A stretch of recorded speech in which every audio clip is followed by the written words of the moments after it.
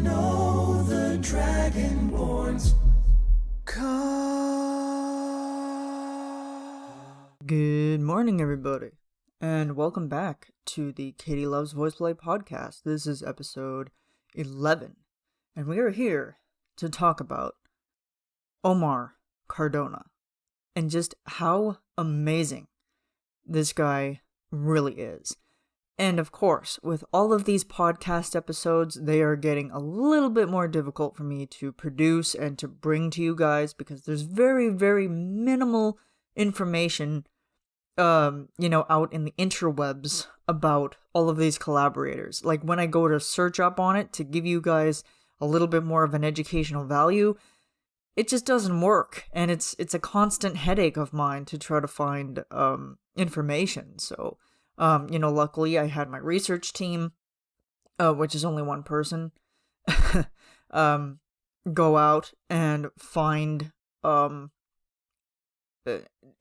some information, but again, it's very minimal. So I'm basically, every time I do these episodes, I just kind of go by what I've experienced and then also what I know just from learning more about them through the people that Voiceplay has collaborated with. So without further ado, let's get right into this here. And I'm very tired, so I may fall asleep during this one. So thank goodness I have the day off. Okay, so Omar. From what I know is that he is so he's a session singer, from what I know. And for like the past 10 years, he has worked in the entertainment industry in various forms, ranging from theme park shows, soloist on multiple commercials, BGVs for acclaimed recording artists, and much, much more. He's a strong soloist with unique melodies, yes he is, and great harmonies, damn right.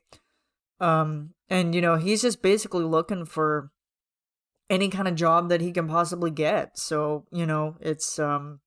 it's always awesome to see that his work is getting appreciated and it's getting a lot of love, knowing that, groups like Voiceplay have wanted to collaborate with him. So he's done jobs of session singing, cruise ships, anthem singer for sporting events, fronting a corporate band, a cappella groups, obviously. Oh, they spelled a cappella wrong on this thing. Huh, interesting. Musical theater shows, and he's been a session singer for Universal Studios and Walt Disney World Productions. I mean, of course, I think when you're living in Florida, you have worked in Orlando at some point in your life, like whether it be singing or not. And I just found out yesterday, while I was kind of just doing some random research, I found out that both him and Caesar, Omar and Caesar, both played Wolfman in Beetlejuice Graveyard Review Show. I know the last time that I talked about that show, I always said Grapevine for some reason because my ADHD brain just could not handle it. So yeah, I don't know why. I just always called it Grapevine. Yeah, so that was pretty interesting. And also with Caesar and Omar, they are attached at the hip, I think. They are just perfect for each other, and they're attached at the hip. So they're really, really, really good friends, and it's always a joy to see them together and just goofing off and having fun. It's always fun to see that. He was heavily influenced by Michael Jackson, Usher, and a couple other artists that I didn't even know existed, in a sense. So, I'm not even going to say their names here because it's like, I don't know who they are, so I don't think you guys would know who they are. So he did a performance with the Lexington Philharmonic, a second picnic at the Pops program, and it was the music of Michael Jackson.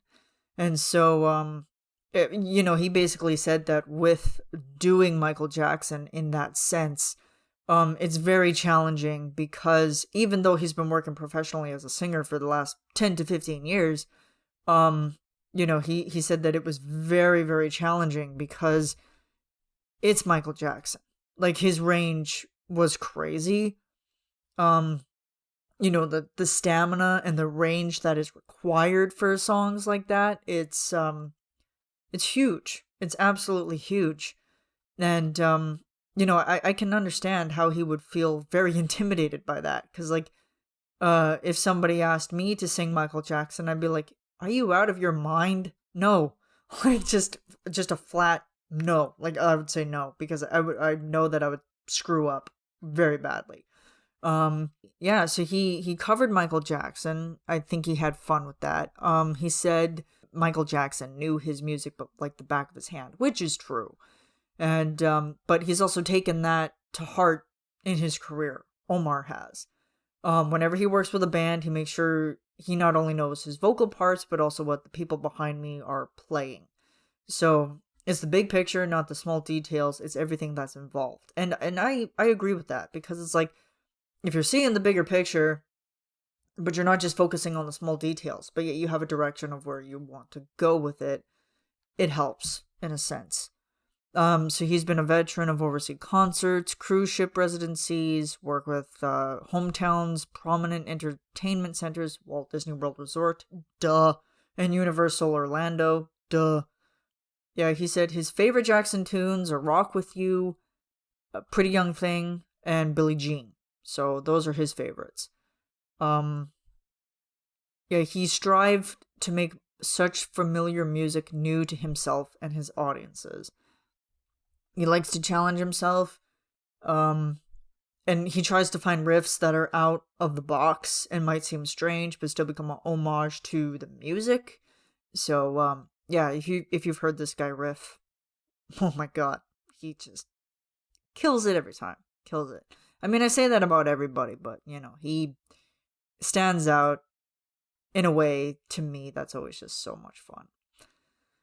So then there's that. And then, as far as Voiceplay is concerned, the first collaboration that I saw Omar in was, I think Carry On Wayward Son was the first one, I believe. And that one was super, super fun to start at the beginning of the year with such an incredible new collaborator that nobody had really known about. Like, I certainly hadn't known about him. And he just brought something new to the table. And I think he has a lot of swagger in his performance. Like, he just brings that swagger and brings just a little bit more to his performance. And whenever I watch him, it's just like, yes, he knows what he's doing. And it's kind of, I'm gonna go back and I'm gonna quote what Jeff said a couple of times. He had quoted Caesar saying that he lives and breathes performing. And I think Omar is kind of up there too, because like, I think it's just like, you give them a role and give them what you expect of them, but if you also give them that artistic freedom to do what they want to do, they're going to present it no matter how much you want. Like, it's going to be incredible either way. So very, very talented, very hardworking, very passion driven, and that's always nice to see. And I think, Voiceplay is very good with that, very good with their choices of collaborators, because it's just like, yes, we want this, we have this simple idea. It might not be super simple, in the post-production stages, but it's like, here's what we want you to do. You have the freedom to do what you want with it, but if you also want to stick to what we've said here, that's good too. So it's the element of surprise that really kind of throws it in. So there's Carry On Wayward Son. Yeah, that was like the first song they did of last year, or 2020. I don't even remember what year I'm on, guys. Like, it's been ridiculous. With all this COVID nonsense that's been going on in the world, it's all my years have been blurring into one, and I get confused. So there was Carry On Wayward Son. Superstition was super fun for Halloween, like kind of close to Halloween. Very creepy. a little bit of originality put in that one, a little bit of original in there, because there was a rap section in there that Jay managed to rap. I wouldn't say sing, because you don't necessarily sing when you rap. You're speaking words. So yeah, and Jay did a good job of that. Like, it's super fun with that one. It was super fun. And a lot of people have theories about the music video, and I think they're right, you know. Jeff has been cited as the walking bass in that one. Yeah, there's a lot of riff in that one too, from Ellie and from Omar, and when those two get together, it's just vocal craziness, and I'll get into that in a minute. I'll get into the vocal craziness that happens. So then we're moving on to Dragonborn Comes, and Jeff did a tremendous job on the arrangement of that one. It was actually funny when that one first came out. I thought that it was going to be Game of Thrones, because I hadn't seen the pictures. I only saw the little snippet that they updated, or that they had put onto Instagram, and I was like, is it GOT? And then my brother, who isn't a Voiceplay fan at all, I mean, he's put up with me and my love of Voiceplay, and he tolerates it, I think. I think he enjoys it. He just won't tell, but yeah, he's like, no, I bet you it's Skyrim. And then it was like the day after public premiere, and I'm like, I hate when you're right, you know? So yeah, it was Skyrim. And vocals in that one, oh my god, it I'm gonna put a link in the description to that one, because it starts low and it builds, and it's like, I've always said this, and Jeff has known about this too. It's just the story, like, arranging that happens. Like, it's like they start at a place and they're telling the story through song. They're telling the story of like the song that's the story that's already within the song, from whatever format it may be, but it's like it just builds. And this one has a specific build in it that I just absolutely love, because it's just harmonies, and it just builds vocally, and like it gives me shivers every single time, and it's so good. So good.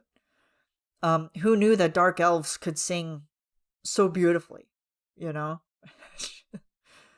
They're doing something right, let me tell you. And a barbarian too. How the hell does a barbarian sing so beautifully too? So there you go. And then there's Something in the Way, which me, as a somewhat Nirvana fan. I'm not a huge Nirvana fan, but you can't see me right now, but I'm like in quotes. I'm not a huge Nirvana fan, but Something in the Way, that was interesting, because I had listened to the original track and I didn't really like it. And I was like, wait, like, Nirvana, y'all probably could have done a little bit better with this one. But then listening to Omar on this one, and just Voiceplay doing a Nirvana cover and making it kind of creepy and kind of darker, I'm like, ooh, okay, all right. And the harmonies between Jeff, Omar, and Caesar, chef's kiss. Just, oof. Whenever they harmonize together, it's just, yes, please, let me die. I am going to ascend into vocal-driven heaven, because y'all kill me. And next we have Beggin', which is a song that has been on repeat all the time. And I think that's, but yeah, I mean, that one was fun, because they gave us the opportunity on TikTok to, Manskin, sorry, Manskin, sorry. yes, of course, the Italian dude who's a very beautiful Italian man. Yeah, so Bagan Manskin. Yeah, they gave us the opportunity on TikTok to sing with them, and I was like, okay, like I wasn't big on TikTok, so I just kind of recorded myself and uploaded it on Instagram. They didn't get to see it, thankfully, because I'm like, it was late at night and I'm singing. It's not a good thing, especially for my higher register. I cannot sing late at night for my higher register. No, can't do it. So that one was fun for the minis, that is. And if I missed any, I'm sorry. It's very hard trying to find information and then also trying to keep up with all of it. And I procrastinated really badly on this one. I left it until the very last second. I told myself that if I had time, which I did, I was going to get it up, get it done, get it released. But, there was something in the way. You see what I did there? Ha ha ha. Okay. And next we have the most current collaboration for full feature video out of Omar is Dream On by Aerosmith. And I was very nervous when they did this one. Because I didn't know what it was going to be because they were talking post-apocalypse. And I was like, okay. I was like, well, that could be many things. And, it's funny because everybody was guessing Enemy, and then they did Enemy right after that. So it's, but yeah, Dream On was interesting because I'm like, there are a lot of die-hard Aerosmith fans out there, and me being one of them, I listened to Aerosmith's Pump It album, or Pump rather, not Pump It, Pump, Black Eyed Peas, no. So let me say that again. Aerosmith's Pump album religiously, and like I listened to that all the time, and like even when there was MP3 players, I went ahead and I downloaded every single song that I could get my hands on for MP3, listened to that a dozen times. I think I even asked my dad to go to work and print off the lyrics for me because I don't know why I was that kind of a kid that just wanted to read lyrics as something to do because it was just so fun. It just had some sort of influence on me. Yeah, so and I listened to all of it. And then as I grew older and you listen to some of those lyrics and you're like, whoa.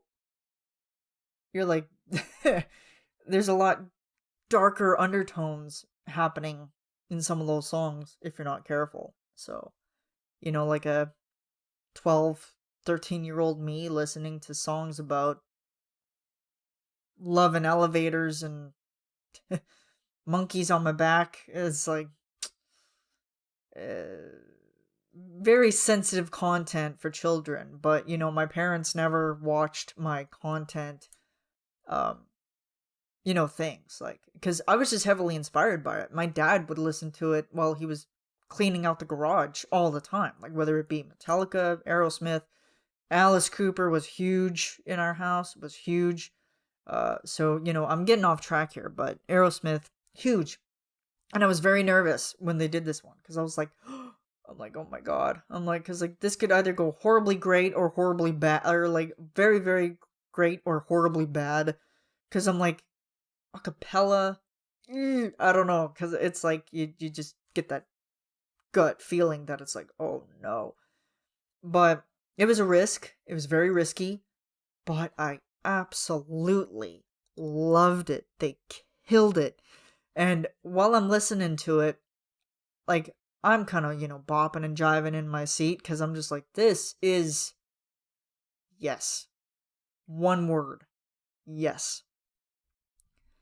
And, yeah, I could not believe just how awesome that really was, because it starts out with Ellie, obviously, because they put him as, like, I think they've officially kind of put him as the tenor in the group now, because, like, it's just how it works. And there's harmonies that blend in so well. Jeff comes in with his super dope, low, knock you against the wall kind of opening.